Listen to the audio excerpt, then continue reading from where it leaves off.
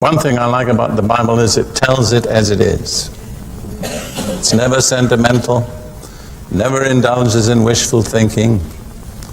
Its promises are true, but its warnings are equally true. So this is what Paul says, but know this, you can be sure of this, that in the last days perilous times will come. In the margin of my version, the alternative translation for perilous times is times of stress. That's really remarkable because, again, 40 years ago, people didn't talk a lot about stress.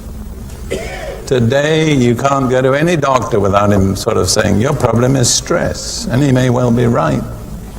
But it's a significant change that's taken place in the last 50 years. Now let's look at the reason for the perilous times. And let me tell you, it's not nuclear fission. The reason for the problem is inside human beings. That's where the problems begin. For men will be lovers of themselves, lovers of money, boasters, proud, blasphemers, disobedient to parents, unthankful, unholy, unloving, unforgiving, slanderers, without self-control, brutal, despisers of good, traitors, headstrong, haughty, lovers of pleasure rather than lovers of God. How many of the features in that list are conspicuous in our contemporary culture? And it's not just in one nation, it's in many, many nations around the earth. But what I want to point out to you is the root of the problems. It's in the first statement. Men will be lovers of themselves. It's self-love that gives rise to all these other problems. And you would say then, well, after all, these people are not churchgoers. They're not Christians. But that's not what Paul says. He says in the next verse, having a form of godliness. Now, Paul would never use the word godliness of a non-Christian religion. So these were people who have a form of Christianity, but they deny its power. What is the power that they deny? The power that will change selfish people. That's what Paul's talking about. You see,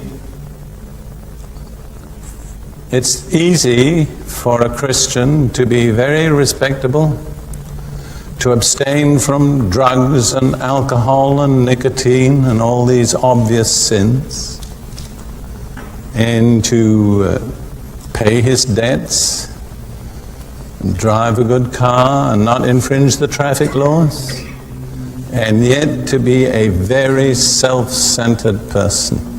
Is that true? And such a person has a form of godliness, but is denying its power to change people radically. And until self is dealt with, we have not been changed radically. You know what the word radical means? It's derived from the Latin word radix, a root. A radical is that which goes to the root. And that's how John the Baptist introduced the gospel and Jesus. He said, now the axe is laid to the root of the trees. And every tree that does not bring forth good fruit will be hewn down and cast into the fire. The gospel is the most radical message that has ever confronted humanity. It deals with the root. And the root is selfishness. It's the self-life, the self-love. And the only axe that will cut that root out is the cross.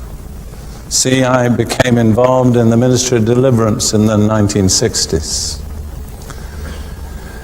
And I began to work with the obvious sins, like people who needed deliverance from nicotine, or alcohol, or drugs. But after a while I discovered I was only dealing with small branches that grew on bigger branches. Some of the bigger branches, one of them was frustration. I find every addiction grows out of a frustration. And if you don't deal with the frustration, you haven't really solved the problem of the addiction. And then I realized that I was still dealing with branches, but I wasn't getting to the trunk of the tree. And you see, you can cut down a lot of branches, but the tree will go on growing, and it'll grow more branches. And finally, God showed me I had to deal with the root. And the root is self-love, selfishness, self-centeredness. And until that root has been dealt with, we really cannot have the benefits of the gospel that God intends us to have. Self and the Christ nature are opposites. We have to let self die and the Christ nature move in and take the place of self. Now, I'm not saying, what I'm trying to say is this: be realistic about yourself. Don't overestimate your spirituality.